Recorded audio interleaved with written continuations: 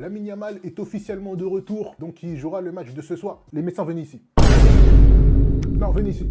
Comment vous avez pu nous regarder droit dans les yeux, nous dire « Oh, Yamal a une pubalgie, il ne sera pas là pendant longtemps », pour au final qu'on apprenne aujourd'hui qu'il est sur pied. À la base, j'ai entendu des trucs de « Oh, absent 6 mois ». J'ai même entendu « absent 2 ans ». On nous a donné des exemples, oui. Ricardo Caca, il avait eu nanani nanana. Aujourd'hui, on arrive, il joue le match de ce soir. Comment on est passé de 2 ans à 72 heures comme ça? Bref, en tout cas, il joue le match de ce soir et il y a quelqu'un qui a dit un truc intéressant. Il a dit que, en fait, quand tu as une pubalgie, tu peux jouer, mais tu auras possiblement des complications qui vont faire que ça s'aggrave. Et je pense qu'il veut quand même jouer Yamal parce que il a envie de jouer. Et aussi à la Coupe du Monde. Parce qu'en soi, la Ligue des Champions, il peut encore en avoir d'autres. Donc ouais, on verra comment ça va se passer. Ousmane Dembélé sera de retour après la trêve internationale. Lui qui avait été blessé justement durant la dernière trêve internationale avec l'équipe de France. Après un choix incompréhensible de Didier Deschamps. Jusqu'à aujourd'hui, je me demande pourquoi il a fait ça. Je me rappelle encore de l'immigré parisien, comment il s'est énervé. Dembélé s'est blessé. Allez, vas-y, putain. Allez, voilà. Allez, voilà. Dembélé est reblessé. Deschamps, va te faire foutre. C'est bon ça ou pas? Dembélé blessé, va te faire foutre, Deschamps. Va te faire foutre avec tes choix de merde. Putain d'entraîneur de merde. Espèce de pauvre con, va. Pauvre connard. Vas-y, casse-toi aussi, trou de cul, va. Putain de coach de merde. Casse les couilles, cet entraîneur de con. Trou de cul. Oh, il y a un Parisien qui se blesse, il refait rentrer un mec qui revient de blessure. On va te faire foutre, des gens. Putain, il casse les couilles. Non, on n'a pas compris. On n'a pas compris. Et à cause de ça, il ne sera pas là lors du match contre le Barça. Alors que c'est là qu'on attendait tous. On va pas se mentir. Si on voulait que truc, c'est le Barça. On pense au Barça. Les PSGistes, peut-être plus, mais nous, on pense au Barça. Mais il sera pas là. Mais même si le PSG, c'est toujours une équipe très forte, sans Dembélé, mais waouh.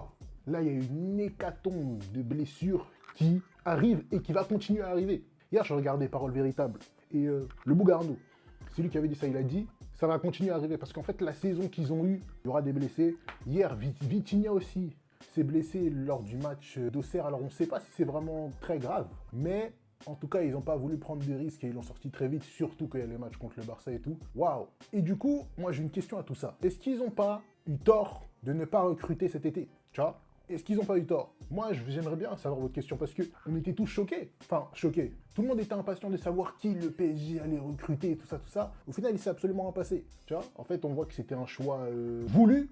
Mais est-ce que c'est judicieux quand tu sais qu'ils ont tous fait une saison complète? Quand tu sais que... Qui joue la CAN, là, cette fin d'année? Hakimi joue la CAN. D'ailleurs, Hakimi, ça fait je sais pas combien de temps qu'il enchaîne. Il s'est pas arrêté depuis les JO. C'est-à-dire que depuis 2023, il enchaîne.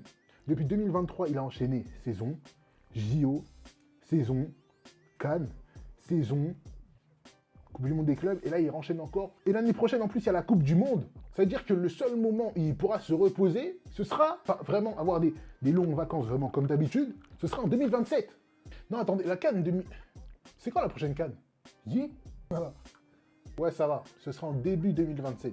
Si c'est pas repoussé parce qu'ils aiment bien faire ça, ça veut dire en fait, ses seules vraies vacances depuis 2023, assez longues qu'il aura, ce sera en 2027. D'ailleurs, Hakimi, moi j'ai un truc à dire. On est tous d'accord pour dire que Hakimi sera le Ballon d'Or africain. Comment vous m'expliquez que dans la liste des 30 nominés au Ballon d'Or, il est derrière Salah? C'est-à-dire quoi? Ça veut dire que Salah sera Ballon d'Or africain? Non, parce que c'est pas logiquement c'est ça. Si au Ballon d'Or, Salah est devant, ça veut dire qu'ils vont donner le... Ça n'a pas de sens. Ça n'a pas de... Parce que, genre, Ballon d'Or, si t'es devant, ça veut dire que Ballon d'Or africain, logiquement. Je sais pas qu'est-ce qu'ils ont lu, je sais pas qu'est-ce qu'ils ont truc, je sais pas. De toute façon, leur classement, là, on est tous d'accord pour dire que c'était chelou.